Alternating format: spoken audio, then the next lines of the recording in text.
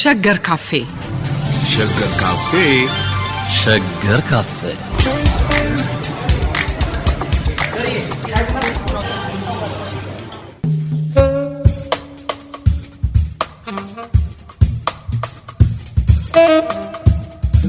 ጤና ይስጥልን አድማጮቻችን። በሸገር ካፌ ከአበባ አያሌው ጋር እንገኛለን። አበባው እንዴት ሰነበትክ?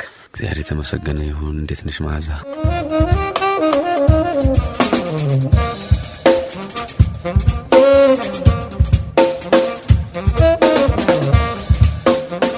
ዛሬ የጋበዝነው ስለ ላሊበላ አንዳንድ ሐሳቦችን ለማንሳት ነው። እርግጥ ከዚህ ቀደም ስለ ላሊበላ፣ ገናን ላሊበላ፣ ጥምቀትን በጎንደር በሚል ተመሳሳይ ውይይት አካሂደናል። የዛሬውን ትንሽ ጠለቅ እናድርገውና ከዛጉዌ ስርወ መንግስት እንነሳና እሱን አያይዘህ ንገረን።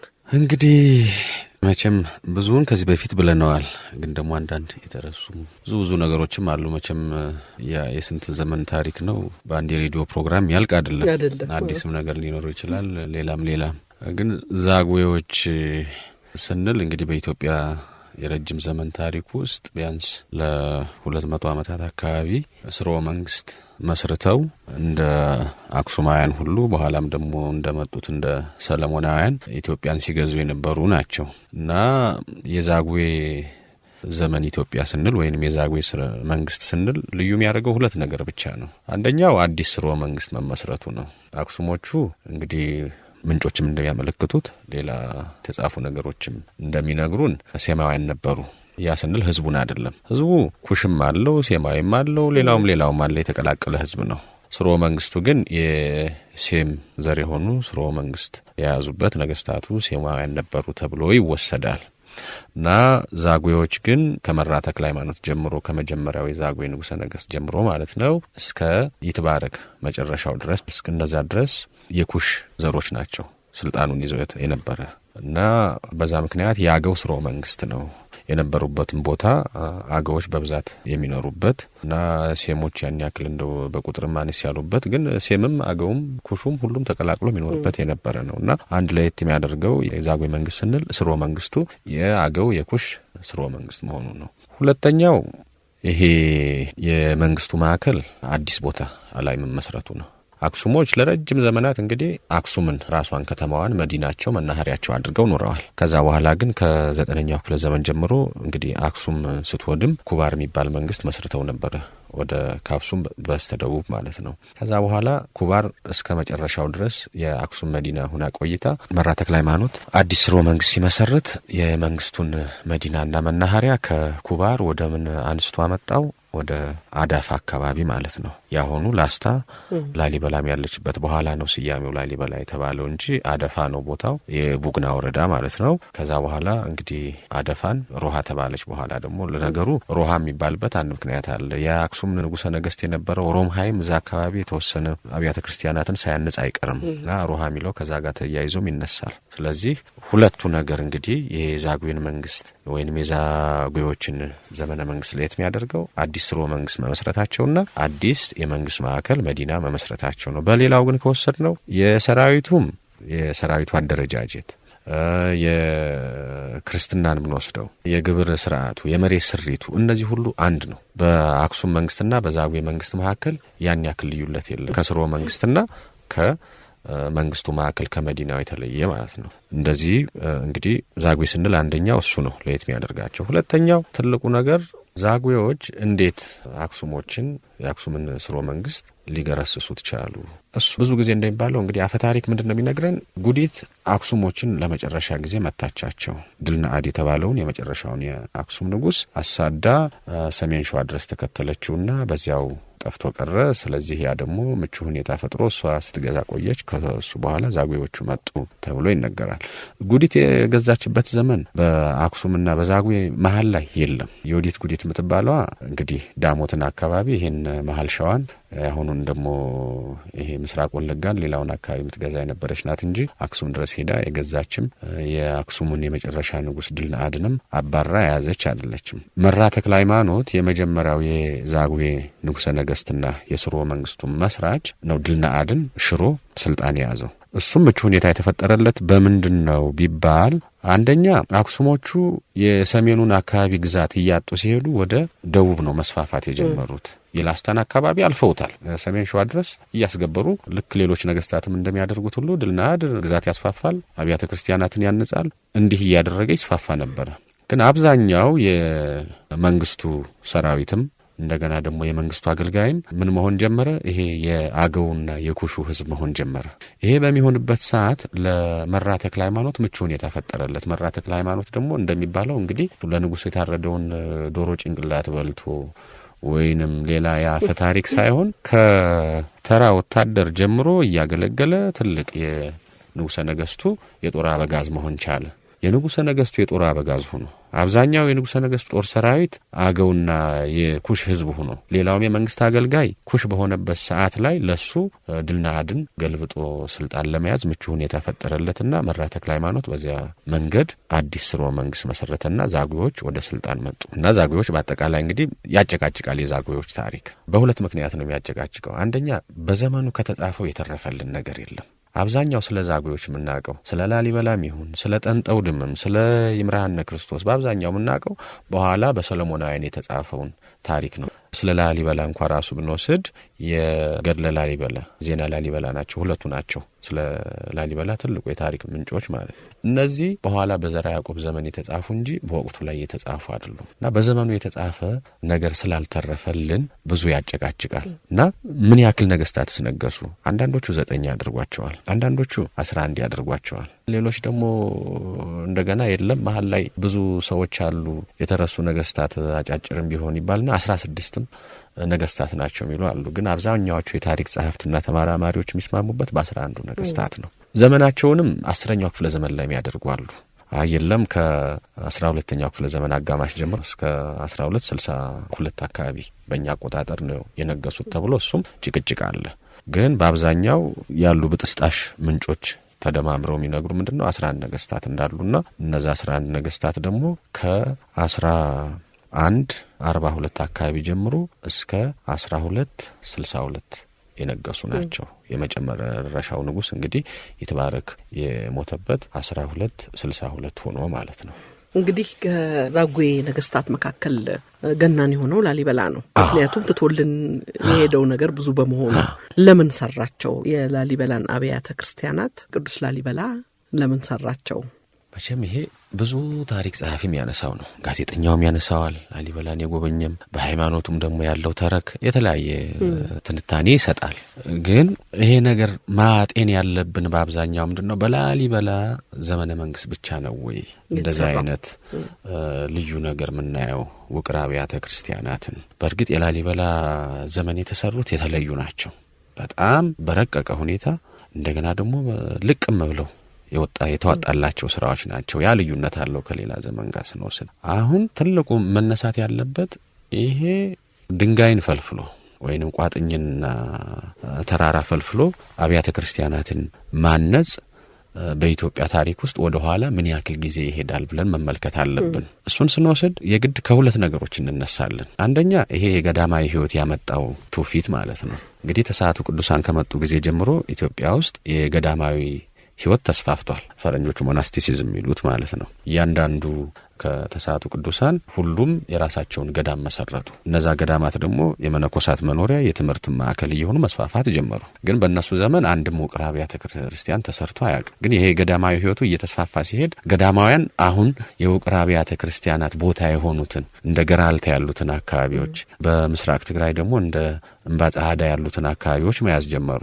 አለፍ ብሎም ደግሞ ወርዶ ወደ ቆላ ተንቤን አካባቢ ይሄ የደብረ አሳ ተራራማ ቦታዎችን እና ሌሎችንም ወደ አንበራ መጠቅ አካባቢ ተከዜ ጫፍ አካባቢ ያለ ቦታ አለ ብዙ ውቅር አብያተ ክርስቲያናት ያሉበት እነዛን መያዝ ጀመሩ። ስለዚህ እነዚህ ገዳማውያን በ9ኛውና በ10ኛው ክፍለ ዘመን ምንድነው ማድረግ የጀመሩት? አንደኛ ከበዓት ተነሱ። በዓት ምንላት ይሄ አንድ ገዳማዊ መነኩሴ እንግዲህ የሚኖርባት የሚጸልይባት እንደ ማደሪያ መኖሪያ ክፍሉ ብለን ምንወስዳት ነው። ያችን ቆርቆሮ መስራት የጀመሩበት ነው። ከድንጋይ ነው ቆርቆሮ የሚሰሩት። ከድንጋይ ፈልፍለው ዋሻ ነገር ዝም ብሎ እንደው ክፍተት በዓት ማለት ያው መግቢያ ማደሪያ ናት፣ መቃብር እንደማለት ነው። እና የገዳማዊ ህይወት ማለት ከመቃብር የተናነሰ አይደለም። አንድ ሰው ሲመነኩስ እንደውም ምንድነው የሚደረገው? ሞተ ተብሎ ተቀብሮ ተነስቶ ሞታልና በአካል እንግዲህ በነፍስ ነው ያለው እንጂ በአካል እንደሞት ይቆጠራል ተብሎ ስጋህን ገለሃል ስለሚባል በአትም እንደዛው ነው። ስለዚህ እነዚህን እየቆረቆሩ ይሰሩ ነበር። እነዛ ምልክቶች ብዙ ቦታዎች ላይ አሉ። ከዚያ በኋላ ወደ ምንድነው የሄዱት? እንግዲህ እነዚህን በ9ኛውና በ10ኛው ክፍለ ዘመን የአክሱም ነገስታት ብዙ ጥንቅጥ ላይ ናቸው። አንደኛ የግዛት የማስፋፋቱ ነገር አለ። ሁለተኛ ደግሞ ግዛታቸው እየተዳከመ በኢኮኖሚም የሄደበት ነው። የውስጥ ሽኩቻም አለ። ከካሊብና ከገብረ መስቀል ጊዜ ጀምሮ ወደ ኋላ ያሉት ነገስታት የአክሱሞች ብዙ ፖለቲካ ሽኩቻ ውስጥ ያሉ ናቸው። ስለዚህ እንደ ድሮው ቤተክርስቲያን ማሳነጽ፣ ገዳማውያንን መርዳት፣ መነኮሳትን ማሰብ የሚሰሩበት ጊዜ አልነበረም። ስለዚህ ምን ማድረግ ጀመሩ? እነዚህ መነኮሳት በራሳቸው እንግዲህ ቤተክርስቲያን እየፈለፈሉ መስራት ጀመሩ። ስለዚህ እነዛ የመጀመሪያዎቹን ቤተክርስቲያናት ብንወስድ ገራልታ አካባቢም ያሉ እንደ ቁርቁር ማርያም ለምሳሌ እንደ አባ ዳንኤል ያሉት፣ ከተንቤን ደግሞ እንደ አባ ዮሐን ያሉትን ብንወስዳቸው ከዋሻ የሚለያቸው አምድ ስላላቸው ነው። ውስጥ ላይ ሲፈለፍሉ አምድ ይተውላቸዋል። አምድ ይተውና አምዱ ደግሞ ቆንጆ አምድ ነው። እንግዲህ በአክሱም ዘመን አምድ አይተናናቅም ምንም ነገር። የአክሱም ስነ ህንጻ ስንል ያው ጥርብ ድንጋይና አንዳንድ ጊዜ ደግሞ ይሄ ዝም ብሎ ያልተጠረበ ድንጋዩን አግበስብሶ የመጠቀም ይሄ ስክራምብልድ ስቶን አይነትና በርም መቃንና መድረክ ያለው ነው። ሌላ ምንም ነገር ፖስት ኤንድ ሊንቴል የሚሉት ማለት ነው። ስለዚህ እነዚህ ግን ሲሰሩ ምን ማድረግ ጀመሩ? አብያተ ክርስቲያናትን ይፈለፍላሉ። ሲፈለፍሉ ደግሞ አምድ እየተውላቸው ከውጭ ደግሞ እንደገና ጌጥ መስኮት እየሰሩላቸው እነዛን ማሳመር ጀመሩ። ስለዚህ ከዚያ ጋር ተያይዞ ከ9ኛውና 10ኛው ክፍለ ዘመን ጀምሮ ይሄ አይነት ስነ ህንጻ በኢትዮጵያ በተለያዩ አካባቢዎች ከገዳማውያን ሰዎች ጋር ተስፋፋ የመጣ ነው። አንድ እሱን እንይዛለን። ሁለተኛ ደግሞ የለም ገዳማውያን ሰዎች ብቻ ናቸው ወይ? ሌሎችስ እንደው ተራው ህዝብ ድንጋይ ሳይገነባ እንጨት ሳያቆም ጭቃ ሳያቦካ እንደዚህ አይነት ነገሮችን አይሰራም ነበር ወይ? አሁን ላስታ አካባቢም ብንወስድ ማለት ነው እንደገና ይሄ የሰቆጣ አካባቢ ትግራይም አካባቢም በጻዳ በተለይ ይሄ ምስራቅ ትግራይ አካባቢ ሰዎች ምንም አይነት እንጨትን ሳይጠቀሙ ምን ሳይሉ ከገደል ስር ከዳገት ስር ቆፍረው እንደ መኖሪያ ይሰሩ ነበር። ይሄንን ፈረንጆቹ ምን ይሉታል? ይሄ የትሮግሎዳይት ካልቸር ብለው ይወስዱታል።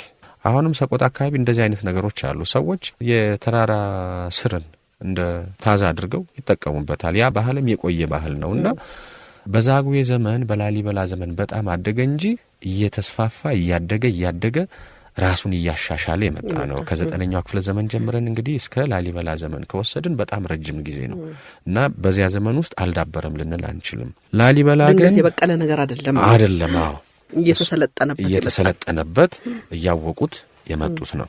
ላሊበላ ስለምን ያንን አደረገ ስንል ደግሞ የላሊበላንም የህይወት ታሪክ ራሱ ማየት ጥሩ ነው እና የዘመኑ ጊዜ እንግዲህ ላሊበላ 11ዱን ውቅር አብያተ ክርስቲያናት ሰርቷል። ከዛ ውስጥ ደግሞ የተወሰኑት እንግዲህ ወደር ማይገለኝላቸው ራሳቸውን ችለው ይሄ በራሳቸው የቆሙ ከአንድ ወንጥ ድንጋይ የተፈለፈሉ ናቸው። በተለይ ቤተ ጊዮርጊስን፣ ቤተ መድኃኔዓለም፣ ቤተ አማኑኤልና ቤተ ማርያምን ስንወስድ ልዩ ናቸው፣ ወደር የላቸውም።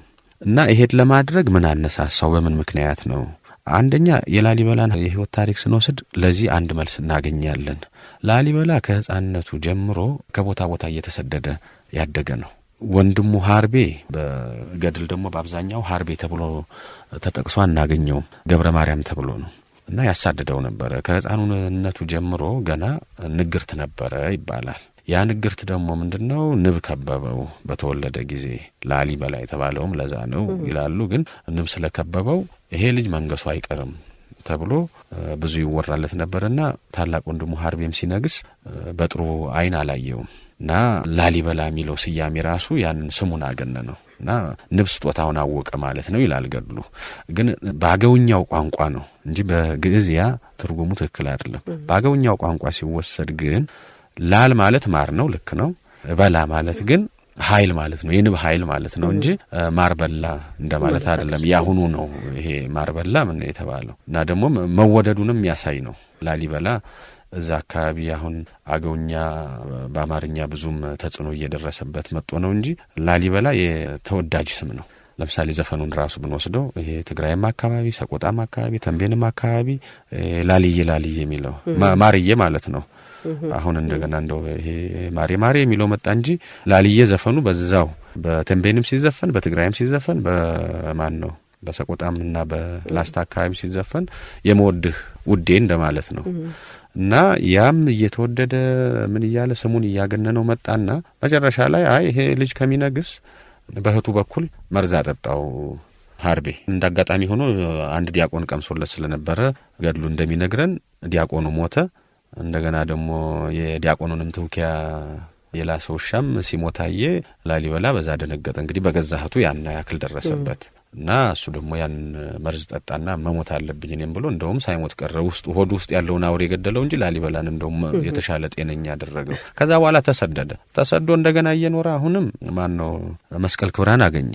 እንደገና አስጠርቶ የሰው የታጨች እንዴት ታገባለህ ብሎ አስደበደበው። ምን አለ? ወደ የት ነው የተሰደደው? ወደ አክሱም አካባቢ ነው የተሰደደ። አብዛኛውን ጊዜ አክሱምም ተሰዶ ኖሯል። የተለያዩ ይሄ ትግራይ አካባቢዎች አሉ፣ ተንቤንም ሌላም ቦታ ሲዘዋወር ኖሯል። ተደብቆም የኖረ ከማን ጋር ነው? ከመነኮሳት ጋር ነው። አሁን አንዳንድ ጊዜ ገድሉን በሰውኛ መመርመር አለብን። በእርግጥ የሃይማኖቱ ይሄ የታምሩ የምኑ ነገር ያን እንዳለን ተዋለን፣ ያ ያማኝ ጉዳይ ነው። እዚህ ላይም ደግሞ የለም የላሊበላን ታሪክ አንስተን ያንድ ሃይማኖት ከፍ የማድረግ ሳይሆን ዝም ብሎ ታሪኩና ትውፊቱን ነው ትልቁ እንትን። እንግዲህ በየገዳማቱ ሲዘዋወር የውቅር አብያተ ክርስቲያናትን ስራ በደንብ አድርጎ እሱም ሲሳተፍበት የነበረ ከመነኮሳትም ጋር አብሮ የተማረው ነው። ለዚያም ደግሞ ፍላጎት አድሮበታል።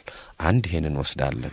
ሁለተኛ ደግሞ በወቅቱ ምን ነበረ ላሊበላ በነበረበት ጊዜ ከሱ በፊትስ በነበረው ራሱ ብንወስድ በነ ጠንጠውድም ጊዜ፣ በነ ይምርሃነ ክርስቶስ ጊዜ፣ በነ ሀርቤ ጊዜ ኢትዮጵያውያን ከማንኛውም የዓለም ክፍል ጋር በእርግጥ ይሄም እምብዛም ግንኙነት የላቸው፣ ግን ሁለቱን ሀገር አይተውትም።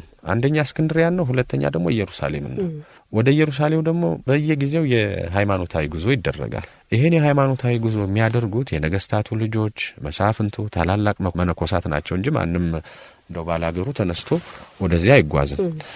እነዚህ እንግዲህ በ9ኛው ክፍለ ዘመን በ10ኛው ክፍለ ዘመን በዛጉዎችም ዘመን ስንወስን ምን ችግር አለ? ግማሹ ባሪያ ሆኖ ተሽጦ ይቀራል በረሃው ላይ ወደ ሳይደርስ። የመርከብ ጉዞም ያኔ እምብዛም ያወላዳል አይደለምና ጉዞ የሚደረገው ከኢትዮጵያ በሱዳን አድርጎ ግብጽ፣ ከግብጽ በኋላ ኢየሩሳሌም መሄድ ነው እና አብዛኛው የሚያልቀው ሱዳን በረሃ ውስጥ ነው። ተሽጦ ባሪያ ሆኖ ይቀራል፣ እዚያው ተዘርፎ እና ተገድሎ ይቀራል። ኢየሩሳሌም ደርሶ መምጣትም ደግሞ አስቸጋሪ ይሆናል። አንዳንዴ ግብጽም ይቀራል፣ ኢየሩሳሌም ሞቶም ይቀራል። በላሊበላና በሀርቤ ዘመን ደግሞ ትልቁ ችግር የመስቀል ጦርነት ኢየሩሳሌም አካባቢ መኖሩ ነው እና ያ ስለሆነ እንግዲህ ከገድሉ የምንረዳው ምንድነው? ሁለት ነገሮች አሉ። ከዚህ ነባራዊ ሁኔታ በወቅቱ ከነበረው ጋር የሚያያይዝልን ማለት ነው። ገድሉ ምን ይላል? ክርስቶስ እንግዲህ ላሊበላን ገብርኤል ላከለትና ወደ ሰማይ እንዲመጣ እስከ 7ኛው ወደ ሰማይ ድረስ አወጣውና 10 አብያተ ክርስቲያናት አሳየው። 10 አብያተ ክርስቲያናት አሳይቶ ወርዳቸው የሚለያይ አይነታቸው፣ መልካቸው ሁሉ የሚለያይ እነዚህን ውረድና ስራ እና ለኔ መታሰቢያ ይሁኑ፣ መመስገኛ ይሁኑ፣ የሥራቸውን እኔ እሰራዋለሁ፣ ግን የሚጠሩት ባንተ ስም ይሆናሉ ብሎ ይሄን ዲቫይን ሚሽን ሰጠው ይላል። ሁለተኛ ደግሞ ገድሉ እንደገና ገብርኤል ላሊበላን ኢየሩሳሌም ይዞ ሄዶ የተቀበረበትን ምን ያለበትን ቦታ ሁሉ ክርስቶስ ሕይወት ጋር እስከ ትንሣኤው ያለውን ቦታ አሳየውና በምትሰራው ቤተክርስቲያን ላይ የሚመጣ ሰው ልክ እነዚህን ቦታዎች እንዳየ ይሆናል።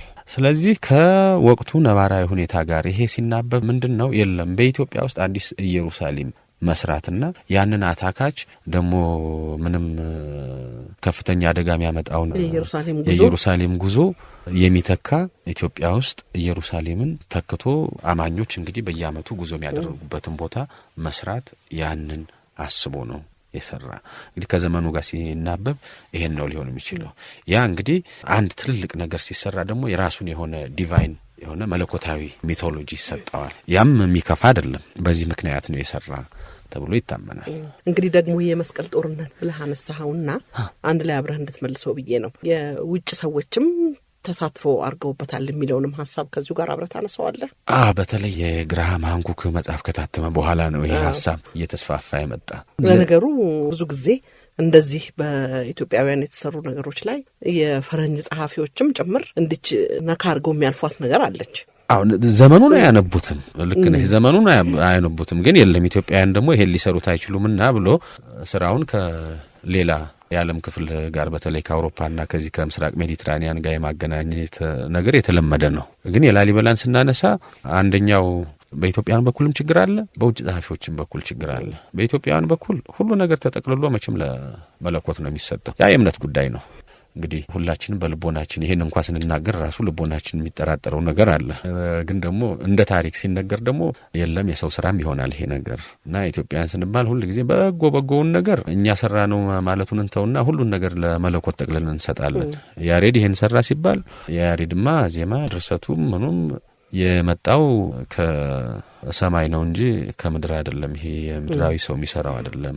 የላሊበላም ሲነሳ እንደዚህ ይሄማ ሰው የሚሰራው አይደለም መላእክት ምን ብለው የጨረሱት ነው እንጂ ያ ገድሉም ተናገረ ምንም እንትን አለ ሳይሆን የራሱ ምክንያት ይኖረዋል። እና በኢትዮጵያውያን በኩል ትልቁ የታሪክ አነጋገርም ተረክም ችግሩ ምንድነው? የለም ቆንጆ ነገር ሁሉ የሰው ስራ ውጤት አይሆንም ብሎ የማመኑ። በፈረንጆቹ ስንሄድ ደግሞ ላሊበላ ላይ ሁለት ነገር ነው የሚኖረው። አንደኛ ግብጻውያን ሰርተውታል የሚባል የታሪክ ተረክ አለ። ሁለተኛው ደግሞ የለም ከመስቀል ጦረኞች ውስጥ በጣም እነዚህ ናይትስ ቴምፕላርስ የሚሏቸው እነሱ በጣም የረቀቀ የስነ ህንጻ ጥበብ የሚያውቁ ናቸው። ላሊበላም ኢየሩሳሌም ሄዶ ስለነበረ ከኢየሩሳሌም ይዟቸው መጡ፣ እነሱ ሰሩት። ግራሃም ሃንኮክም እንግዲህ ይሄን ነው የሚለው። ቀይ ሰዎች ነበሩ ነጮች እና እነሱ ናቸው የሰሩለት ብሎ የሚተርከው አለ። አሁን ትልቁ ችግር ምንድነው? መጀመሪያ የግብጹን እነሳና በላሊበላ ዘመን አባ ሚካኤል የሚባል የእስክንድሪያ ሊቀ ጳጳስ መጥቶ ነበር።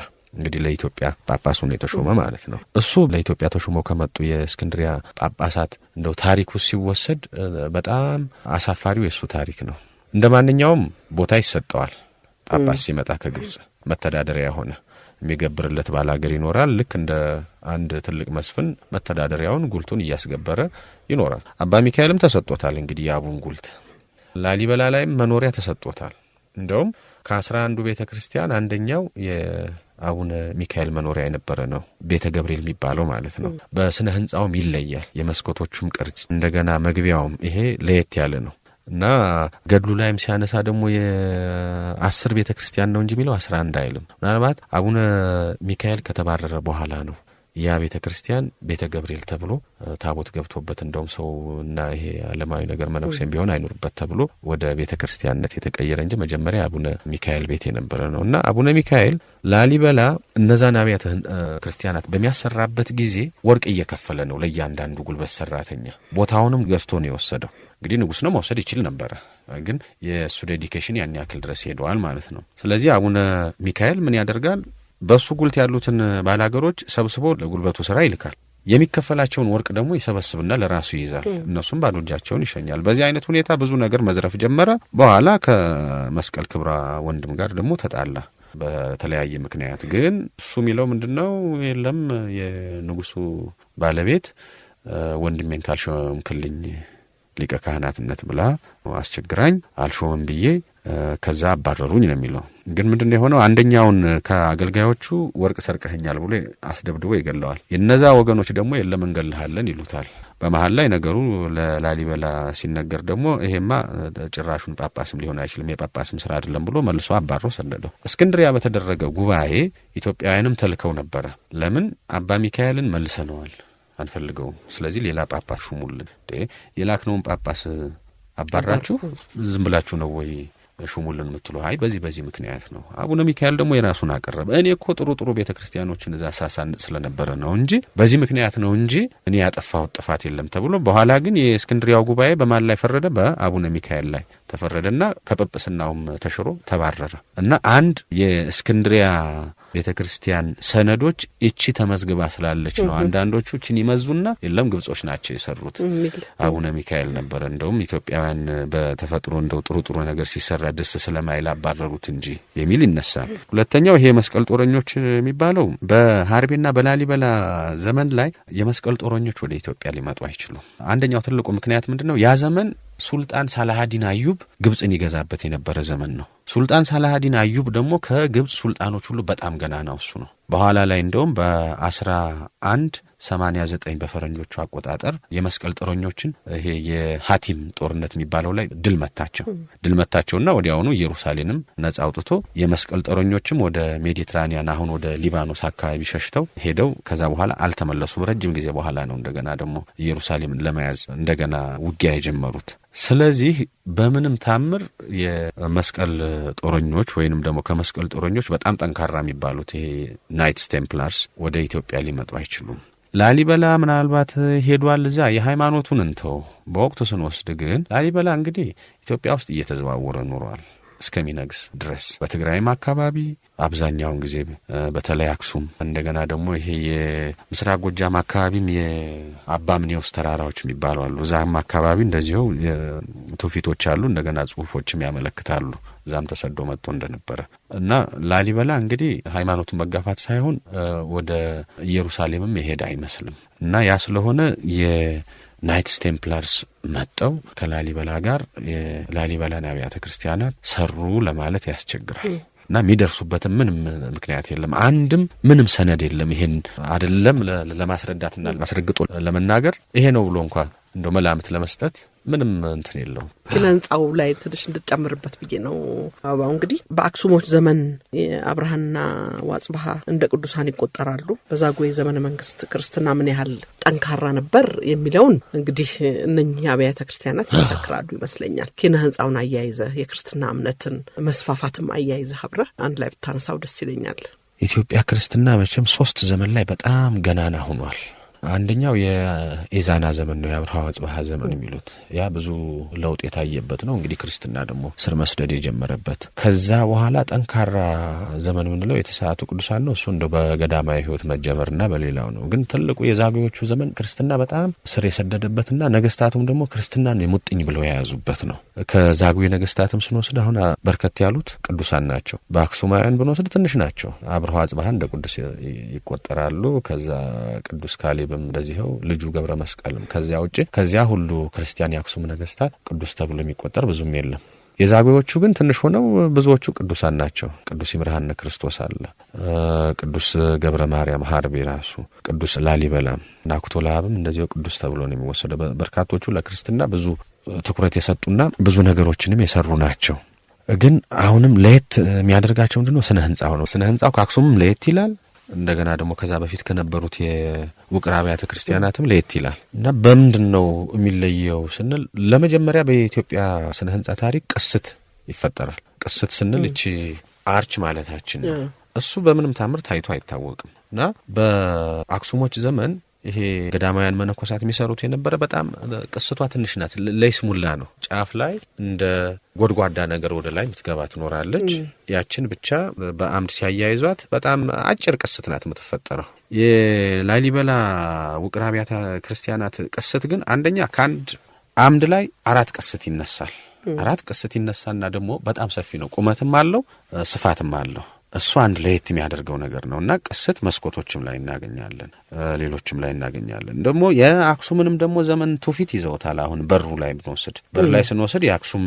ዘመን በር አሰራር ምንድነው ቅስት ሳይኖረው መቃን ነው የሚኖረው መድራህ ይኖረዋል መረገጫም ከላይም ካናትም ስለዚህ ቋሚ ከዛ አግዳሚ እንጂ ቅስት አይኖረውም እሱን ደግሞ በሩ ላይም እናያለን ብዙ መግቢያዎች ላይ የላሊበላ ያንንም ይዘዋል ግን ቅስት መኖሩ አንድ ትልቅ ለውጥ ነው ሁለተኛው ደግሞ አምድ አጠቃቀማቸው እነዚህ ውቅር አብያተ ክርስቲያናት እንግዲህ ከላይ የሚሸከሙት ጣሪያ በጣም ከባድ ነው ከባድ ስለሆነ የግድ አምዶቹ መጠጋጋት አለባቸው መጠጋጋት ብቻ ሳይሆን ደግሞ በጣም ስፋት መኖር አለበት አለበለዚያ አምዶቹ ጠበቡ ማለት ጥንካሬው ያን ያክል አያወላዳም ስፋትንም ስንወስድ የዛጉዌ ቤተ ክርስቲያኖች በጣም ጠባብ ናቸው ከቤተ መድኃኔዓለም በስተቀር ማለት ነው እሱ ነው እንግዲህ ትልቁ ምንለው እንጂ ቤተ አማኑኤልንም ብንወስድ በተለይ እነዚህ ወጥ የሆኑትን ማለት ነው እነሱን ስንወስድ የቦታ አጠቃቀም አብዛኛው በአምድ ያዝና ትንሽ ጠባብ ቦታ ናት የምትተርፈው ስፋት በተጠቀሙ ቁጥር የስነ ህንጻ ባላንሱ እየተናጋ ነው የሚመጣ ያ በመሆኑ እንግዲህ ያለችው ቦታ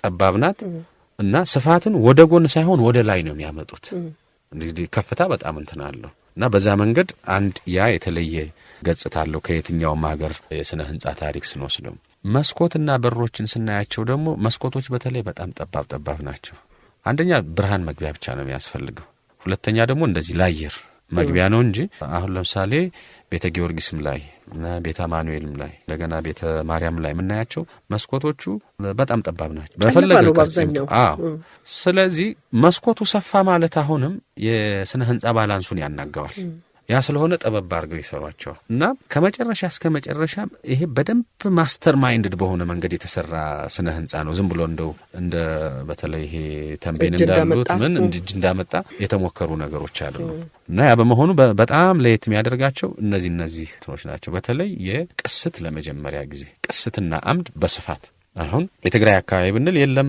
ይሄ ወጥ ስነ ህንጻ አይደለም ልንል እንችላለን። ላሊበላ ጋር ስንመጣ ግን ወጥ ነው። ስለዚህ አምዱም ቅስቱም በደም ከህንጻው ጋር ተዋህዶ በተለይ የአምድን ከቅስት ጋር ሲጠቀሙ ደግሞ ለድጋፍ ይመቻል። ጣሪያው ከባድ ስለሆነ ድጋፍ ጠንካራ ድጋፍ ለመስጠት በጣም ስለሚመች ያ በጣም ለየት ያለ ውብ የሚያደርጋቸው ቅስቶቹን ለውበት ብቻ አይደለም እዛ የሚጠቀሟቸው ፐርፐዝም አለው ራሱን የቻለ የድጋፍ ተናለ እና ያ በመሆኑ በጣም ትልቅ የስነ ህንጻ ፕሮግራም ለየት ባለ መንገድ ምናይበት የላሊበላ ዘመን ነው ተብሎ ይወሰዳል። እንግዲህ ምልክቶቹን አሁን በየመስኮቶቹ ላይ ያሉትን ምልክቶች አንዳንዴ የስዋስቲካ በናዚ ጀርመን ጊዜ የነበረው እንደሱ አይነት ምልክቶችንም ያነሳሉ ይመስለኛል አይደለ? እንዲህ ስታዩም ይመስላል።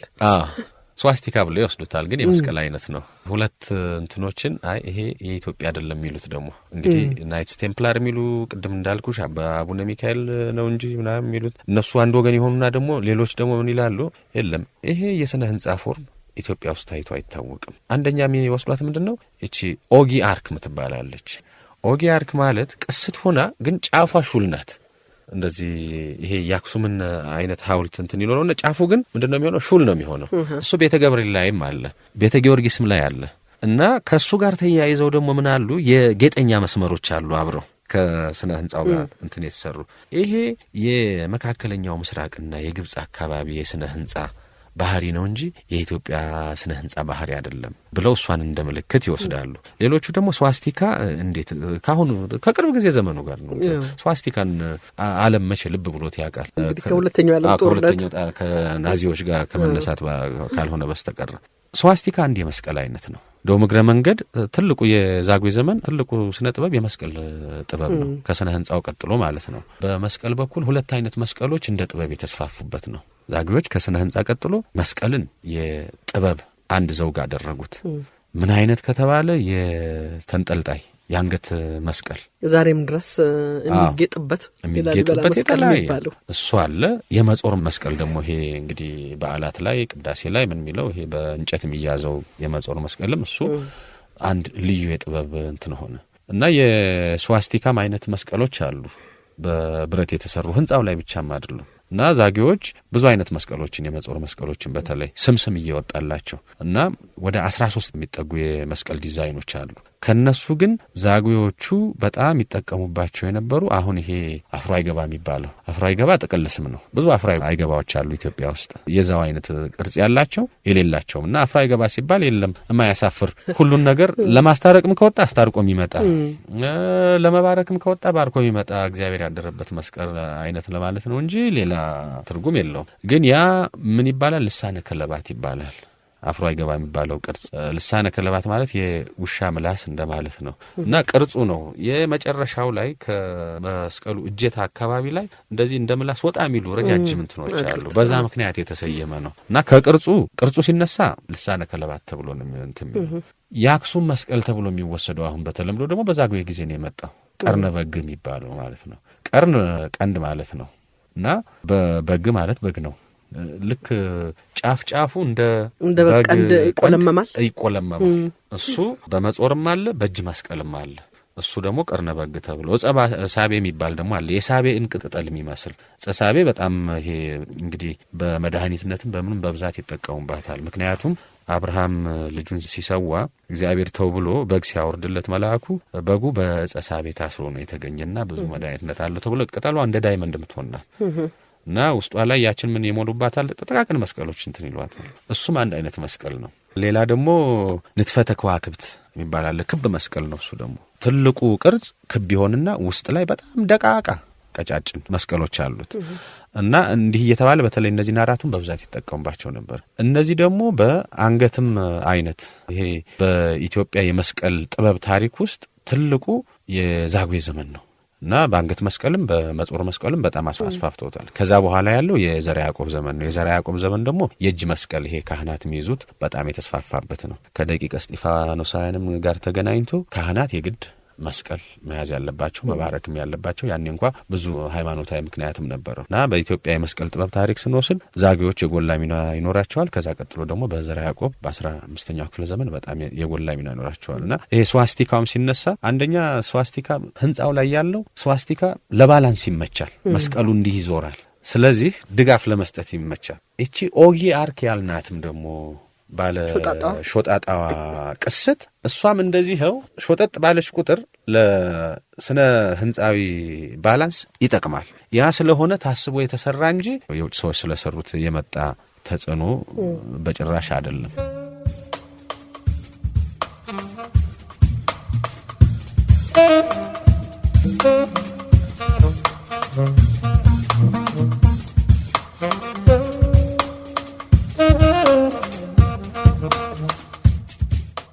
ከዚህ በፊትም አንስተነዋል። አበባው ይሄን ያው የገና በዓል በላሊበላ ይደምቃል። መነኮሳት አመት ጠብቀው የሚሄዱበት ነው አይደለ? በዋዜማው ራሱ አንድ ልዩ ክብር አለው። ቤተ ጊዮርጊስ ላይ ነው። ቤተ ጊዮርጊስ ላይም አለ። በጣም ሰፊ ሁለቱ ላሊበላ እንግዲህ ከኢየሩሳሌም ጋር የጧፍ ብርሃን ነው የሚመጣብህ። እሺ የመነኮሳት ልብስ ማለት ነው። ከኢየሩሳሌም ጋር ስለሚያያይዙት ብዙ ጊዜ ትልቅ ድምቀት ይሰጠዋል። እንግዲህ ክርስቶስ የተወለደበትና ላሊበላ የተወለደበት አንደኛ ታኅሳስ 29 ነው። የሁለቱም አወላለድ ደግሞ ከገድሉ ትረካ ከሆነ ተመሳሳይ ይሆናል። እንግዲህ ኢያቄምና ሐና ማርያምን በስለት ነው የወለዱት በስንት። ከዛ በኋላ ማርያም ተወለደች፣ ከማርያም ደግሞ ክርስቶስ ተወለደ። ይሄ ያለና በስለት ኢያቄምና ሐና በጣም ለምነው ምን ብለው በስለት ወለዱ። የላሊበላም አባት እና እናት በተለይ እናቱ ልጅ አሰጠኝም ወይ ብላ እግዚአብሔርን ትለምን ነበረ እና በአንድ ወቅት እንደዛው ልክ እንደ ኢያቄምና ሐና እሷም እንደ ሐና ለምና ልጅ ይሰጥሻል ትልቅ የሆነ ልጅ ተብላ ኪሮርና ማለት ነው። አባቱም ደግሞ ንጉሠ ነገሥት ስለነበረ እንግዲህ ትልቅ ዛን ስዩም በአገውኛ ሲሆን ዣን ነው የሚሆነው። የግዕዝ ምንጮች ናቸው ዛን የሚሉት ዤ ስለሌለች ዤ አገው ድምጽ ናት ግዕዝ ላይ ስለማትኖር ነውና ዣን ስዩምም እንደዚህው ልጅ ይመኝ ነበረ። በተለይ ግን ኪሮርና ስትመኝ ስለነበረ ያንን መልአኩ ተገልጦላት ትወልጃለሽ አላት። ከዛ ላሊበላን ወለደች። ከዛም ንብ ከበበው እንደሚነቅ አሁን ያወላለዱም አንድ ስቶሪ ይመጣል። ከዛ በኋላ እንግዲህ መጋቢት 29 ተጸነሰ እና ታኅሳስ 29 ላይ ተወለደ። ስለዚህ ሚያዝያ ተጀምሮ ቢቆጠር 9 ወሩ ማለት ነው። ስለዚህ ከክርስቶስ ልደት ጋር ስለሚገናኝ አንድ ትልቁ ምክንያት ይሄ ነው። ሁለተኛውና ትልቁ ነገር ግን ገና እዛ ይከበር የተባለበት ምክንያት አንደኛው ይሄ አዲስ የሆነ ኢየሩሳሌምን የሚተካ ቦታ ከሆነ ሁሉም ወደዚያ መሆን አለበት። አንደኛ ፒልግሪሜጁን ትርጉም የሚሰጠው ይሄ ነው። የሃይማኖት ጉዞ ከየትም የኢትዮጵያ የክርስቲያን አካባቢ ወደዛ መሄድ ይሄን አስታኮ መሄድ አለበት። ሁለተኛ የክርስቶስ ልደት እንግዲህ ከትንሣኤውም ባልተናነሰ ሁኔታ የሚከበረው ይሄ ነው። ስለዚህ ለላሊበላ አንደኛ በላሊበላ ምክንያት፣ ሁለተኛ ከክርስቶስ ጋር በሚገናኘው እያንዳንዱ ታሪክ ከክርስቶስ ጋር እንዲገናኝ ገድሉም ትምብሏል እና ዝም ብሎ የተጻፈ አይደለም። ያኛው አንድ ዓላማ ኑሮት ነው የተጻፈው። ይሄንን ለማጉላት ተብሎ የተጻፈ ነው። ሁለት ኢየሩሳሌም ስንል ምድራዊት ኢየሩሳሌምና ሰማያዊት ኢየሩሳሌም ብለው የሚከፋፍሉት አሉ። በተለይ ትልልቆቹ ሲናገሩት ምድራዊት ኢየሩሳሌም ማለት ቤተ ማርያምና እንትን ያለበት ነው፣ ቤተ መስቀል እነዚህ ያሉበት፣ እሷ ምድራዊት ኢየሩሳሌምን የምትወክትናት። ከዛ ይሄ ቤተ አማኑኤል እነ ቤተ መርቆሪዎስ ቤተ ገብርኤል ያሉበት ደግሞ ሰማያዊት ኢየሩሳሌም። ስለዚህ በክርስትናም ሁለት ኢየሩሳሌሞች አሉ። ሰማያዊት ኢየሩሳሌም አታልፍም፣ ምድራዊት ኢየሩሳሌም ደግሞ የምታልፍናት አይነት ተረክ አለ። ስለዚህ ሁለቱንም ለመወከል ተብሎ ነው። ግን ከሁሉ ትልቁ እንትን ምንድነው? ይሄ ቤተ መድኃኔዓለምና እንትን ቤዛ ሁሉ የሚወረበት እሱ ምንድነው? ሰማያውያን መላእክትን ላይ ያሉት ይወክላሉ። እታች ያለው ደግሞ የካህናት እንግዲህ ካህናትም ክርስቶስን አገልጋይ ናቸው። ስለዚህ ያ ተመስሎ እያንዳንዱ በዓለም ታስቦበት ነው ያ ትውፊት የሚፈጠረው። ስለዚህ ላሊበላ ስንል እንደው ዝም ብሎ ውቅር አብያተ ክርስቲያኑን እንትን ማለት አይደለም። አሁን አንደኛው መጠበቅ ያለበት የኛው ባህል ነው። ባህሉ ሲኖር ትውፊቱ ሲኖር እና ከሃይማኖቱ ጋርና ከተፈጠረለት ዓላማ ጋር እኩል ሲሄድ ነው አንድ ቅርስ ተጠበቀ የሚባለው ተጠበቀ ልንለው የምንችለው። እና ገና ልክ ልዩ የሚያደርገው የላሊበላ ምንድነው? ይሄኛው አዲሷን ኢየሩሳሌም እዚህ እንትን ብሎ አዲስ ኢየሩሳሌምን የምትተካ ሄዶ ደርሶ መምጣት፣ ደርሶ የመጣ ሁሉ ልክ ትልቅ ነገር ይደረግለታል። እግሩን መሳም የእግሩ ጣቢ እንኳን አይደፋም። የላሊበላ ገድል ላይም እንደዛ ነው የሚለው። ሊቀ ጳጳሱን አገኘ ወደ ኢየሩሳሌም ገብርኤል ይዞት እየሄደ በነበረ ጊዜ። ሊቀ ጳጳሱ ሲባል የእስክንድሪያውን ነው። መጀመሪያ ግብጽ ደርሶ ከዛ ወደ ኢየሩሳሌም ሄደ። ሊቀ ጳጳሱ አጥቦ በእግሩ ጣቢ አንተ ትልቅ ነህ እግዚአብሔር ያደረብህ ሰው ነህ ብሎ እንደውም በራሱ ቀባው ቤቱንም ረጨውና ላሊበላ ደርሶ የመጣም ትልቅ እንደ በረከት ምንድነው መጀመሪያ ያሳም እንደውም ትልቁን በረከት ይወስዳል ተብሎ የተቀደሰ መሬት ረግጦ እንደመምጣት ኢየሩሳሌምን ራሷን ረግጦ እንደመምጣት እዛ የሚደረገውም ደግሞ ሁሉ ነገር ምድራዊትንና ሰማያዊትን ኢየሩሳሌም የሚተካ ተደርጎ በዛ የተቀረጸ ነው። ቤዛ ሁሉ ይሄ ጧፉም ሁሉም ነገር ሲታሰብ በደንብ ለዘመናት የኖረ ይሄ ባህል ነው። ይሄ ነው ደግሞ ላሊበላም ያሰኛት እንጂ አዳዲ ማርያምን ሄደው ቢያዩት አሁን መደመም እኮ ይኖራል ትንሽ ብትሆን፣ ግን ምን ትርጉም አለው? ያ ሲሆን ነው ተሟልቶ ሁሉም ነገር ሲገኝ ባህል ሳይሸራረፍ ሲቆይና ትውፊትም ሳይሸራረፍ ሲቀር ትልቅ ቅርስ ቢሆን እሱ ነው። በዛ ምክንያት ነው ገና እንግዲህ እናም ገና የላሊበላ ልዩ ክብር። ምክንያቱም እያንዳንዱ አለ። ለምሳሌ የግንቦት ልደታን ብንወስድ ተድባበ ማርያም ልዩ ቦታ ተሰጥቶት ያ ነው እንደ ሃይማኖታዊ ጉዞም ወደዚያ ነው የሚካሄደው። አክሱም ስንል አክሱም ጽዮንን ደግሞ በህዳር ያ የራሱን ይወስዳል እያለ እያንዳንዱ የራሱ አለው። ቁልቢም ራሱ እንግዲህ ገብርኤል ሲባል ደግሞ ቁርቢ በራሱ ምክንያት የራሱን ይዟል እና እያንዳንዱ አድባራት የየራሳቸው አለ። ግን ላሊበላ ዝም ብሎ በዚህ ይከበር አመታዊ ነው ምንለው ሳይሆን ከዛ ያለፈ ትውፊት አለው። እንግዲህ መነኮሳት ራሳቸው በእግራቸው ከረጅም ቦታ አሁን ከትግራይ እንግዲህ ከጎንደር በእግራቸው ይሄዳሉ አይደል? በመኪና እየቻሉም በእግር ይሄዳሉ። በረከቱም የሆነው በእግር ሲኬድ ነው። በእግር ላሊበላ ደርሶ መምጣት ማለት ኢየሩሳሌምን ደርሶ እንደመምጣት ነው እና ድሮ ፈረስ ምን እንደው ለግዠሪ ቢሆን እንኳን በእግራቸው የሚሄዱ አሉ። መነኮሳት በአብዛኛው በተለይ እነዚህ የገዳማውያን መነኮሳት ብቻ ሳይሆኑ ዓለማውያን መነኮሳት አሉ። ኑረውም ይመለኩሱት ማለት ነው። ልጅም ወልደው አግብተው ምን ካር በኋላ መጨረሻ ይመለኩሱት እነሱ ራሳቸው በእግራቸው ነው የሚሄዱት። በእግራቸውም ያው በባዶ እግር ያ በረከቱን እሱም አንድ መጠበቅ ያለበት ትውፊት ነው። እንደው ቢቻል ለምሳሌ ከላሊበላ 10 ኪሎ ሜትር ርቀት ምናምን ተደርጎ ከዛ በኋላ ግን ህዳር 28ም 27ም ምትመጡ በባዶ እግራችሁ ተጓዙ ቢሏቸው እና አንድ ትውፊት ቢመጣ ምን አለበት? ለማስጠበቅ ሰውና አይጎዳው ምንም እንትን አይልም። ግን መልኩ እንደው ዘመናዊ ቢሆንም ትውፊቱን ግን ይጠብቀዋል። እና ከ27 ጀምሮ እስከ 29 ላለችው ወይንም ደግሞ ለዛ የተወሰነች ኪሎ ሜትር ከልሎ ምትመጡት በባዶ እግራችሁ ነው። ያ እንትን እንዳይጠፋ ያደርገዋል እንጂ አሁንማ ደጅ ድረስ እንትን ሊል ይችላል። ግን እነዚህ የሚጠበቁበት ብዙ መንገድ አለ ከታሰበበት ማለት ነው። ስለዚህ ገናን ወደ ላሊበላ መጓዝ ሁለት ዓላማ አለው ማለት ነው። አንዱ ቅርሱን ማየት፣ ሁለተኛው መንፈሳዊ ለሆኑ ሰዎች መንፈሳዊ ጉዟቸው መፈጸም። ትልቅ ትሩፋት እንግዲህ እንደየመረጡ እንኳን አደረሳችሁ። በነገራችን ላይ የተከበራችሁ አድማጮቻችን እኔም እንኳን አደረሳችሁ ይላል።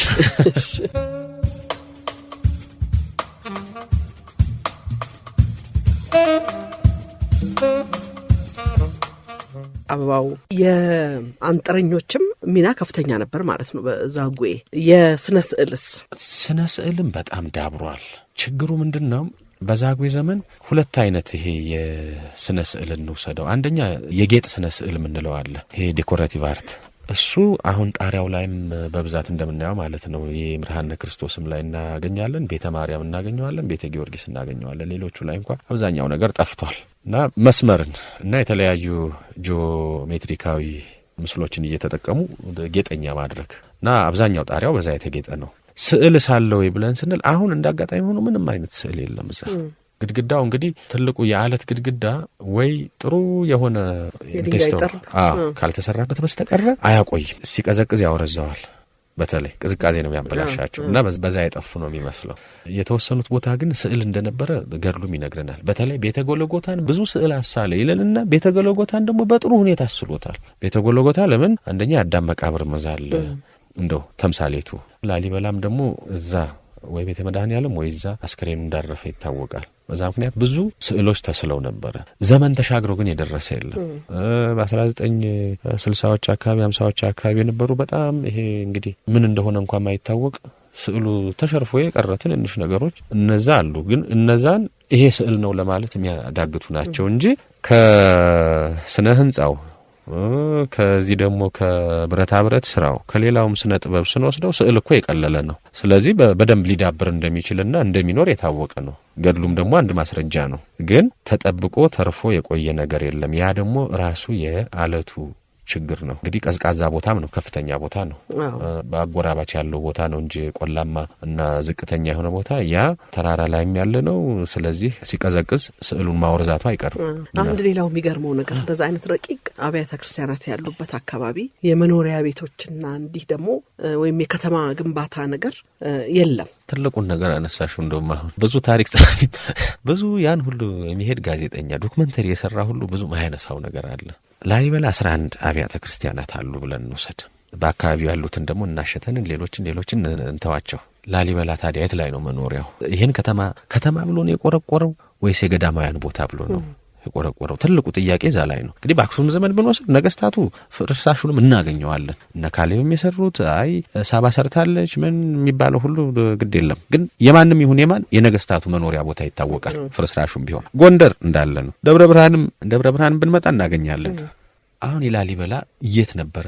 ይሄ ዓለማዊ የሆነ ስነ ህንጻ እናገኝም። መንፈሳዊ የሆነውን ብቻ ነው የምናገኘው። ንጉሠ ነገስቱ አልነበረውም ወይ ቤተ መንግስት? አንደኛ አኗኗሩ ምን ይመስል ይሆን ይሄ ንጉሠ ነገስት? ወይስ ሌላ ቦታ ነበረው? እንዳይመስለኝ እንግዲህ አንደኛ ምንም አይነት የአርኪኦሎጂ ቁፈራ ሳይደረግ ደፍሮ ይሄ ነው ብሎ መናገር አይቻልም። እና የአርኪኦሎጂ ቁፈራ ለመደረጉ ብዙ ነገሮችን ሸፍኖ ያስቀራል። ሁለተኛ ግን ላሊበላ የምንኩስና ህይወትን ያውቀዋል። እንግዲህ ከመነኮሳት ጋር የመኖሩን እርግጥ እሱ መነኩሴ አልነበረም፣ ያው አግብቶ ወልዶ ምን ያለ ነው።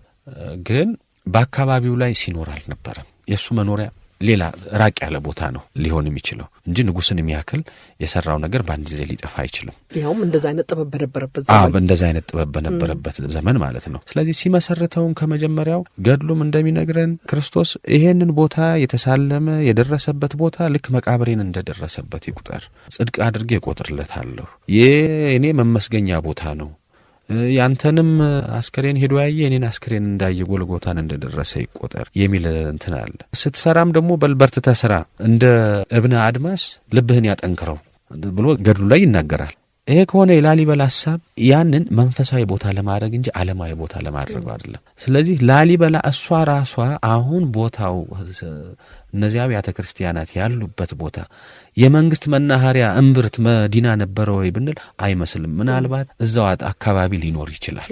ያ ሊፈለግና ሊጠና የሚገባው ነው እንጂ አመሰራረቱም መንፈሳዊ ፍጹም የሆነ የመነኮሳት ቦታ የእግዚአብሔር መመስገኛ እንዲሆን እንጂ ዝም ብለን አሁን እንደምናየው ከተማ ለማድረግ አይመስልም። ለረጅም ዘመናትም ደግሞ ከተማ ሆኖ ያልኖረ ነው። ይሄ አሁን እንግዲህ ከተማውን መስፋፋት ምን ገጠሬው እዛ ሊሰባሰብ ይችላል። ምክንያቱም ገዳማት ከተወሰኑት በስተቀር እንደዚህ ህዝብ ሰብሰብ የሚልባቸው ቦታዎች ናቸው። እኔ ቢጤው ምንም እንትን የሚለን ላሊበላ ምናልባት ለከተማነቷ ብዙን ለውጥ ያመጣው ከ1950ዎች በኋላ ያለው ለውጥ ነው እንጂ እና ቱሪዝሙ ጋር ተያይዞ ነው እንጂ ያ ሙሉ ለሙሉ መንፈሳዊ ቦታ ሆኖ የነበረ ለዘመናት ነው ብለን ልናስብ እንችላለን። እንግዲህ ተመልክተሽዋል። ለውጥ ስትል ነው አበባው። ይሄንን እንደ አንድ ትልቅ የኢትዮጵያ ቅርስ ለመጠበቅ ምን መደረግ አለበት ትላለህ? እንግዲህ አንዳንዴ የከተሞች መስፋፋቱ ዙሪያውን እንዲተብተብ የሚያደርጉት እና ይሄንን ቀድሞም እንደ አንድ ትልቅ መንፈሳዊ ቦታ ወይም የታሪክ ቅርስ ጠብቆ የማቆየት ነገርሳ እሱ ላይ እስቲ ሐሳብ ሰጥ። አሳመርን ብለን የምናጠፋው ነገር አለ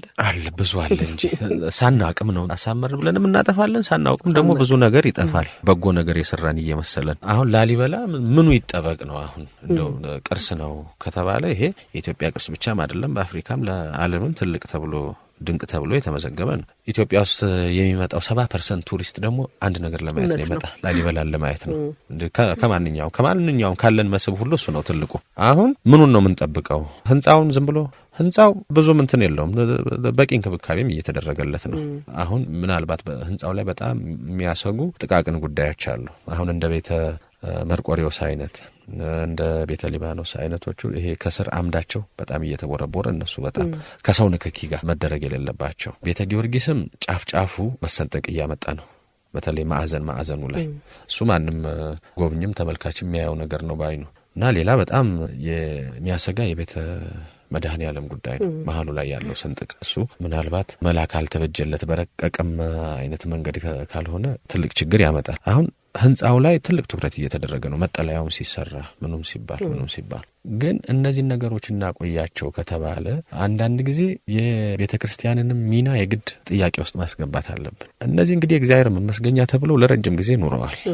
እንግዲህ ደግሞ እያንዳንዱ ነገር ስንገለገልበት ዋጋ አለው፣ ያልቃል። አሁንም ትልቁ ችግር ውስጥ ያሉ አምዶች ከተወሰኑት በስተቀር እየተጎዱ የሚሄዱበት አለ።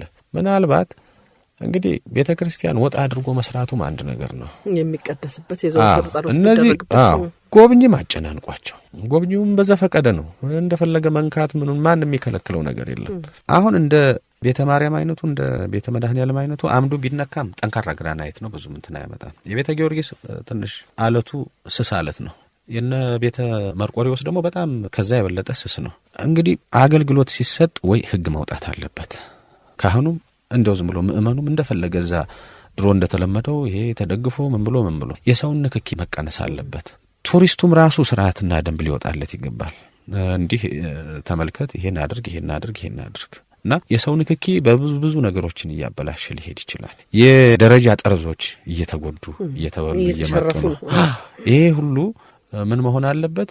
እንደው የሚሻለው እና የአካባቢውን ሰውና ቤተክርስቲያንን ካላስቆጣ በስተቀር የለም እንደው አገልግሎት የሚሰጡበትን ጊዜም ይቀነስ። ጎብኝም የሚሄድባት መስመር ትኑር እዛች ጋር ውስጥ ተደርጎ እንደፈለገ እንተው እያለ ውስጥ ላይ ገብቶ የሚንበዛበዝበት ነገር መኖር የለበትም። እና እንግዲህ በወርም ይሁን በምን ተለክቶ የሰውን ንክኪ እንደ ሰው ልጅ አጥፊ የለም። ምን ነካው እጃችን ራሱ ብዙ ተጽዕኖ ነው የሚያመጣው።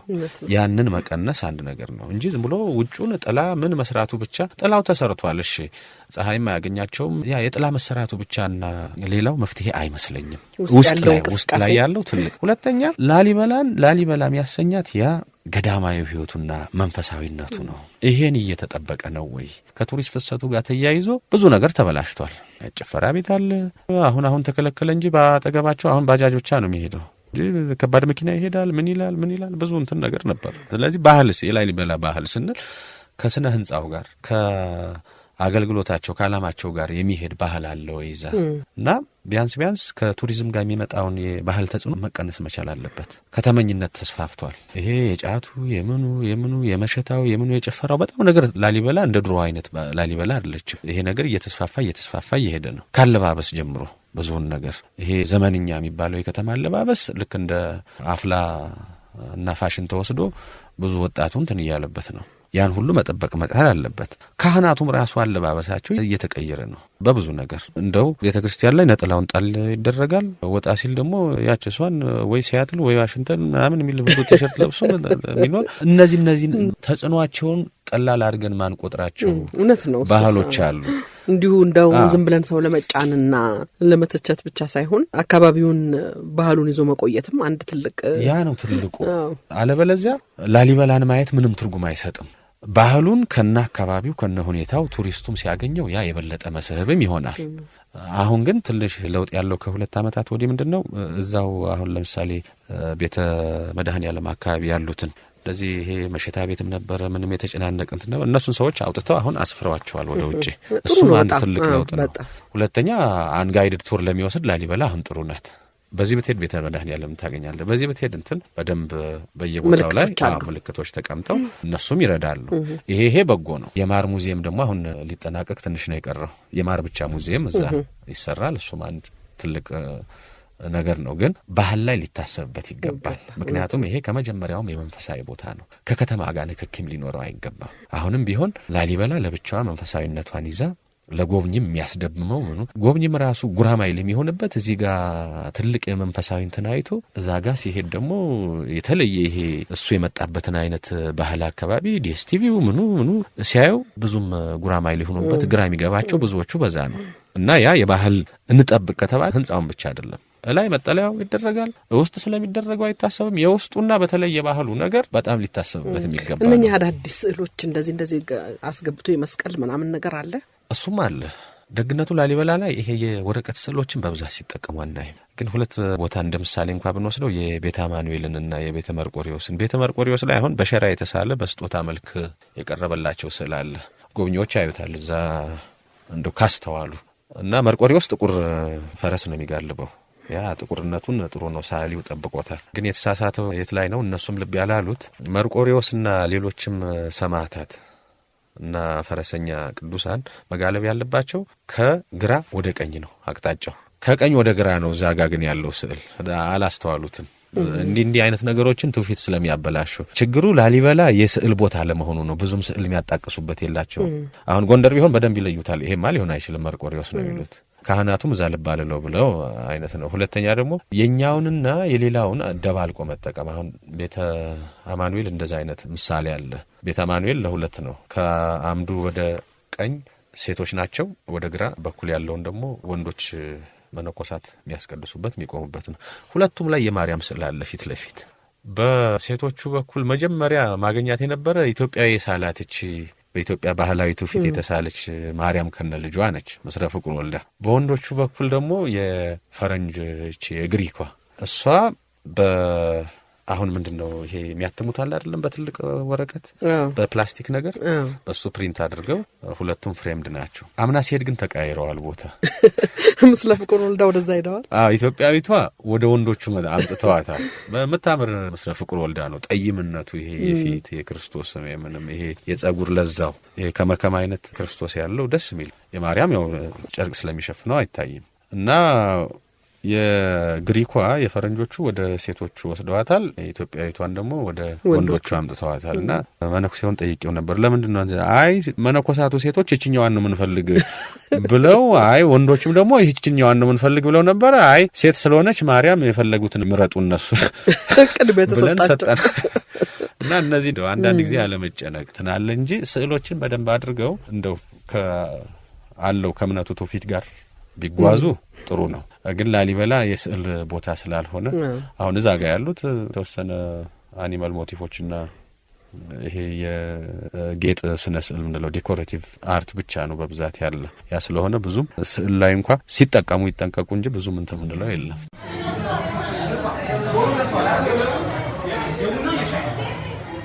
ሸገር ካፌ ሸገር ካፌ ሸገር ካፌ